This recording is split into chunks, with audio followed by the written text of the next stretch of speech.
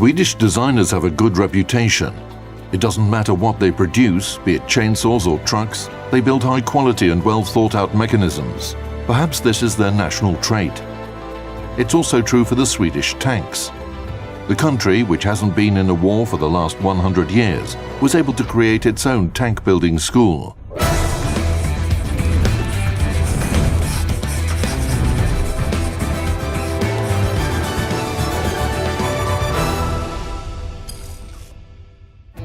During the First and Second World Wars, Sweden remained a neutral country and didn't fight. However, the Swedes paid close attention to the militaries. They became interested in tanks right after these vehicles appeared at the end of World War I. At first, they wanted to buy a vehicle from the inventors of this new weapon, the British. The British set the price at 40,000 Swedish krona for their Mark tank. It was too expensive, and the deal fell through. The Swedes bought their first tank from the Germans after the war. The most famous German vehicle of the World War I era is the A7V, designed by Joseph Vollmer. It was huge, like a moving fortress, and had the largest number of crewmen in history. But Sweden needed another vehicle, which was disregarded by the German generals. Being a smart man, Vollmer realized that the vehicle was a bit expensive, even for Germany. That's why, at the same time, he was developing a lighter and cheaper tank, which utilized a greater number of car parts. This tank was designated the LK2. The machine gun and cannon versions of this tank were developed, so the Swedes were particularly interested in this vehicle. The LK2 cost the Swedes half as much as the British rhomboid, 18,000 krona. These tanks in 1921, it was a big secrecy. And that is for two reasons. The first, they didn't want to tell the world that Sweden actually bought tanks from Germany. So in the papers, they were designed as tractor parts. The other reason is that it has been said, we haven't found any document, but it has been said that these tanks were not intended to use against an enemy from another country. But if Sweden would have had a revolution, these tanks should have been used to protect the king and the government against the revolution in Sweden. So there were two reasons to keep this secret. So the German LK2 became a Scandinavian named the Stridsvagn FM21. For some time, the Swedish military decided that it was enough. The Swedes were just running different tests on this tank. They tried to understand what it was and how much they needed it. Having summarized their experience, the Swedish military defined the requirements for a new tank in the late 1920s. Besides the traditional requests of a bigger gun and thicker armor, the Swedish specificity was also taken into consideration. A poor Nordic country, the Swedish north was a completely wild area where the Laplanders roamed on reindeer. The population was low, industry was underdeveloped. There were many forests, lakes, rivers and other obstacles in the country that were hard for the tanks to overcome. The Swedes had to keep in mind that there wasn't a lot of money in the treasury. They couldn't build everything they wanted. But sometimes they also remembered an old proverb, we're not rich enough to buy cheap things, and tried to design expensive and high-quality things. Among other things, their own tank program meant a certain share of confidence in the future. And if you look at post-war Europe, you'll see that everyone was working on tank development, even Germany, who weren't allowed to. So the Swedish military ordered a light vehicle weighing no more than 12 tons, so that most bridges could cope with their weight. A tank should not only fight well, but also reach the battlefield in time. It was a very strict requirement at the time. Track durability in the 1920s was poor. Tanks couldn't go long distances under their own power, just a few dozen kilometers. A combined wheel and track laying system became a solution. Tanks should move on tracks when in battle and on wheels when on the road. Such a vehicle was introduced by the Landsverk company. The L5 tank was lightly armored and armed with a 37mm gun and 2 machine guns. The main feature of the vehicle was its original running gear. The tank had a normal track-laying mover, as well as 4 large wheels. Moreover, the transition from one mover to another didn't require much crew effort. A special system was designed for this, and it took a couple of minutes to do so. The tank rolled to the battlefield, the tanker pulled a couple of levers, and the vehicle switched to tracks. The tank didn't pass the trials, but 2 vehicles were built on its base. the tracked L10, and the combined tracked and wheeled L30. Regarding its armament and armour, it was a standard light tank with a maximum 14 millimeters of armour, a 37 millimeter gun and a coaxial machine gun. Changing the mover was done so quickly that it didn't require the crew to leave the vehicle. It was a big advantage in comparison to the Christie tanks. So you have the track system as an ordinary tank to drive off-road in the terrain. But to be able to drive on roads, you also had connected to the chassis, you had big road wheels. And when you drove in the terrain, these tracks were used and the road wheels were up in the air. But when you were going out into the ordinary road, you could lower these wheels and then you could drive on the road with the wheels. And with this system you had high mobility with the tracks in the terrain and also high speed possibility on road, up to 75 kilometers an hour. But the L30 was too good and expensive for the Swedish budget. As a result, only one prototype was built. The military preferred the tracked L10. It didn't roll that fast on the road, but it was simpler and better armoured. However, only 3 vehicles were built. These were the first tanks developed in Sweden. But technically, they weren't Swedish. The Germans were involved in their development. According to the Versailles Treaty, Germany wasn't allowed to design its own tanks. But when something is prohibited and you really want it, there are always ways around. The German Krupp company bought out the bankrupt Swedish railroad car company and turned it into a tank building branch. It was the Landsverk company. The German Otto Merker made the biggest contribution to Swedish tank building. He was a tank designer that laid the foundation for the Swedish tank building school. In fact, the Germans actively used all their neighbors who harbored them. As a result, Germany experimented with submarines and aircraft in the Netherlands and tested tanks in the Soviet Union and Sweden. And they tested artillery in a great many places. In the early 1930s, Otto Merker started modernizing the L10. The result of his work was one of the best light tanks of that time. The first mass-produced Swedish tank, the L60. It weighed only 9 tons, was very comfortable for the crew, and became the first mass-produced tank in the world to be equipped with torsion bar suspension. Its first version was only exported. 2 tanks were bought by Ireland. Austria and Hungary bought 1 each. The Hungarians developed their own tank on the L60 base, the 38M tăngh. The improved variant, STRV M38, entered service in the Swedish Army.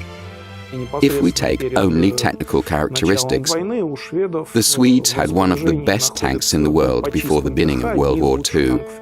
It was one of the most successful Swedish pre-war tanks. Its modifications remained in service up to the mid-1950s. The L60 is the only Swedish tank that had to fight. It happened in the Dominican Republic during the American landing. They were unlucky to engage in combat against the Patton tanks, and of course, it ended badly for the pre-war light tanks. The L60 was knocked down. Nevertheless, the last 5 vehicles of this type were removed from service in the early 2000s. The Landsverks were excellent vehicles. But the tank industry capabilities couldn't keep up with the desire of the Swedes to equip the army with tanks as soon as possible. The example of the neighboring Denmark and Norway, which were occupied by Germany, showed what neutrality, not backed by the force of arms, was worth. It was a problem for Sweden, but it was also a blessing. The Swedish engineers were good with their hands, but there were very few engineers, and they couldn't produce a lot of vehicles and make them cheap. In the late 1930s, the Czech xeT company developed a small tank, a tankette, on Sweden's request. It was introduced into service as the STRV M37 AH4. The combat value of a machine gun tankette wasn't high, but they served as training vehicles until the late 1950s. In order to expand their tank park as soon as possible, the Swedes bought another Czech vehicle, the LT VZ38. Although the Czech vehicles were outmatched by the Landsverk vehicles, it was easier to produce them. If you put one vehicle against the other in an open field, the Swedish vehicle would win. But the thing is, tanks almost never fought in an open field. This is how the STRV M41, also known as the TNHSV, appeared in the Swedish army. It was different from the Czech, with its radio mounted in the turret and engine. The STRV M41 tanks were decommissioned in the late 1950s, but their service didn't end. The thrifty Swedes used the running gear of the old vehicle for the PBV 301 armoured personnel carriers. Another vehicle based on the Czech one became the SAV M43 self-propelled gun. Storm Artilleriwagen, assault artillery vehicle. The Swedes paid close attention to what was happening on the World War II battlefields, and the successful use of the German Sturmgeschütz didn't go unnoticed. The Swedish designers first mounted a 75mm gun in a fixed semi-open cabin, and then the SPG was rearmed with a 105mm Bofors howitzer. A total of 36 vehicles were built, which served until the 1970s. By 1940, Sweden had two types of rather modern light tanks in its tank park. But it was clear that light tanks alone were not enough. In early 1941, the Swedish military defined the requirements for a heavier vehicle. Front armour no less than 55mm thick and a 75mm gun. A tank created by the Landsverk designers, following those requirements, was put into service. Its production was launched in early 1943. Unfortunately, during the war, the tanks were improving faster than the unhurried Scandinavians were producing them. A project that looked pretty good in early 1941 was completely obsolete by 1943.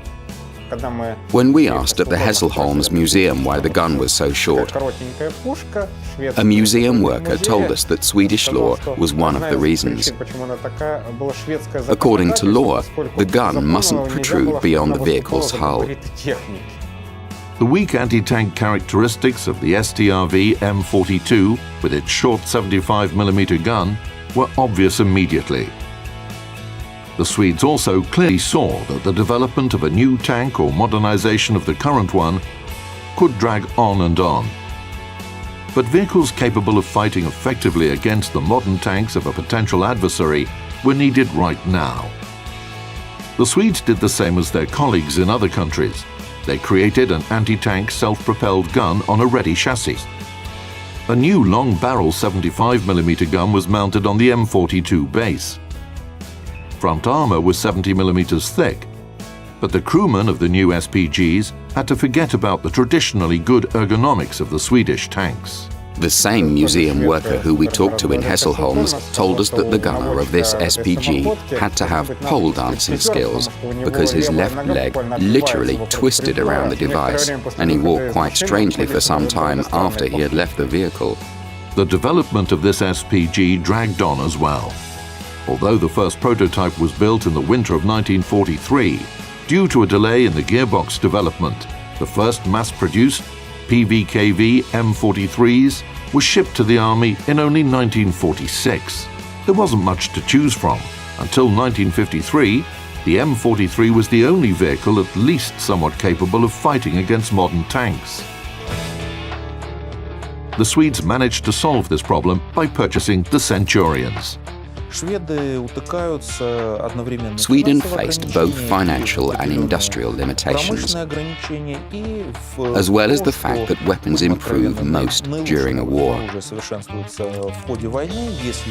The USA, USSR, and France had enormous experience in this, and they just had to adapt it to certain requirements. But the Swedes had been on the lookout for what they really needed for quite a while. Like, what do we need? Do we need exactly this? Maybe we should try that, and so on. Their post-war program proves, funnily enough, that any lack of ideas in modern tank design leads to the fact that it's easier to buy a ready-made tank from a neighbor than develop your own vehicle. But the Swedes still tried to rely on themselves whenever possible. The most realistic solution to this problem was the idea to rearm the STRV M42 with a more powerful artillery system. Several projects for a new turret were suggested. An oscillating turret with an autoloader, like in the French AMX-13, but eventually the classic turret type was chosen. The LV-Can M36AA gun was picked as the main gun. To mount it onto a tank, the designers had to shorten it and equip it with a new recoil system. Vehicle modernization also included replacement of the engine and other lesser changes. The armor thickness of the new turret was 20 to 30 millimeters. The renewed vehicle was designated the STRV-74. Coincidentally, the STRV-74s remained in service just until the 1970s. The peace after World War II didn't calm the souls of the neutral Scandinavians. On the contrary, the Cold War made the thought of an invasion of tank hordes from the east a persistent nightmare for the Swedish military.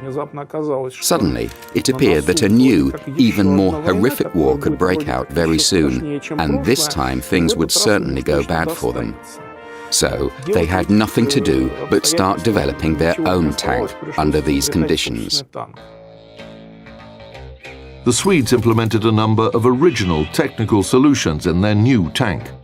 The STRV-103 received a 105mm gun with increased muzzle velocity, an autoloader, the unique hydro-pneumatic suspension, which allowed it to sit up, and a gas turbine as the main engine, plus an auxiliary diesel engine. The mass production of this vehicle was launched in 1966. The designers of the S-Tank had the idea and the demands to build the tank with a low silhouette, frontal armor that was very capable, and a big gun. It should also be very easy for a conscript soldier to drive and to use. So that was the major part that was for the program for this tank. For that time, it was an insanely high-tech vehicle. The Swedes proved once again that if you create a very limited edition and very expensive vehicle, you suddenly get a vehicle that is ahead of its time. In theory, the STRV could even swim. Stalling the system for it took a long time, and the system looked strange. A canvas was put above the tank. It then looked like a glass or a pot with a massive bottom. Its swimming speed reached 7 kilometers per hour. The driver stood on the deck and controlled the vehicle with the help of cables. A similar system was used earlier by the Americans. Swedish tanks could be a bit weird, and the most weirdest tank is the S-Tank. The new tank was optimized for just one type of battle. It could rise above cover, fire quickly from the ambush position at the advancing enemy tank column, and also quickly retreat. So it would have been a very movable battle compared to other tanks. And because of this, it was not so easy for an enemy to know where will it pop up the next time. It could pop up there or there. So this was the tactics behind this tank, to move back and forth and to hide and fire from different positions. Although the vehicle is classified as a tank, generally speaking, it's a self-propelled anti-tank gun created to destroy the Soviet tanks that would be capturing poor Sweden. The whole 20th century fell under the motto, look, we've got an awesome tank that didn't come in useful. Despite its redeeming features for Sweden, the STRV-103 was clearly too complex and expensive to be anywhere else but the Swedish tank units. In the meantime, the infantry also wanted their own tanks. Among the requirements for a new Infanterikannonwagen, literally infantry cannon vehicle, were high speed and maneuverability, and the capability of fighting against modern tanks. Of course, something had to be sacrificed. This time it was armor. The new tank had no more than 20 millimeters of armor. However, the new vehicle was equipped with a 90mm rifle gun, reached a speed of 65 km per hour, and could even swim. Surprisingly, the project of the Haglund and Sonne company was considered the best. It came out ahead of such famous competitors as Landsverk and Bofors. This company had no experience in tank building. On the one hand, a 90mm gun wasn't enough in the 1960s. On the other hand, the main adversaries of the IKV-91 would be the numerous lightly armored vehicles of the Soviet divisions, AFVs, IFVs, and the PT-76. Also, the Swedes thought that the newest and most powerful Soviet tanks would advance in Central Europe. And even the IKV-91 could fight well against the old T-55. It can be said that it's the later analogue of the Soviet PT-76, a more successful one and with a big export capacity, if only it wasn't so expensive, as was typical of good Swedish products. Besides vehicle mass production, the Swedes experimented a lot. For example, they wanted to create a heavy tank, like the French AMX-50. They built a wooden prototype model, but it didn't go any further. The development of their SPGs moved forward. It led to the creation of one of the most impressive vehicles in the world of tank building, the band cannon. It's quite a unique system. It fires all 14 shells in less than a minute. So, it's cannon artillery with the characteristics of a rocket system. Like the STRV-103, the new Swedish SPG was created to meet the very specific standards of the Swedish military regarding the nature of a future war. In the context of fighting against superior enemy forces, the main requirement for the future SPG was a high rate of fire. The vehicle was equipped with a magazine container for 14 155mm shells. With its characteristics that it had long firing range, the possibility to fire very quickly, and when it had fired it could reverse and go to another gun position before the first round hit the ground. So this is actually a tank that the artillery crew members, they loved it, and it was probably the best artillery system that we have ever had in Sweden. However, everything good comes at a price. This time the cost was its driving performance. The designers tried to unify the new SPG with the STRV-103 chassis to make its maintenance easier, but if the gas turbine engine was initially planned for the tank, the twin-engine system became a forced solution for the SPG. The turbine was installed to help the diesel engine. The Rolls-Royce K60 was economical, but its 240 horsepower obviously wasn't enough to propel the SPG of more than 50 tons. The second engine became an improvement, but they had to forget about the economic efficiency. The fuel distance of the SPG was little more than 200 kilometers. In the end, this determined the fate of the band cannons. They were sent to storage bases in 2003. The B-can or the band cannon was unique at its time. When it was developed, it had good firing range, 25 kilometers. It had automatic loading system, and it was independent by itself. And this made it very Now Sweden has less spectacular but much cheaper systems in service. Nowadays, Sweden has abandoned the development of homemade tanks. The army switched to German Leopards. The Swedes still have some projects that can be implemented, but Swedish tank building doesn't exist today.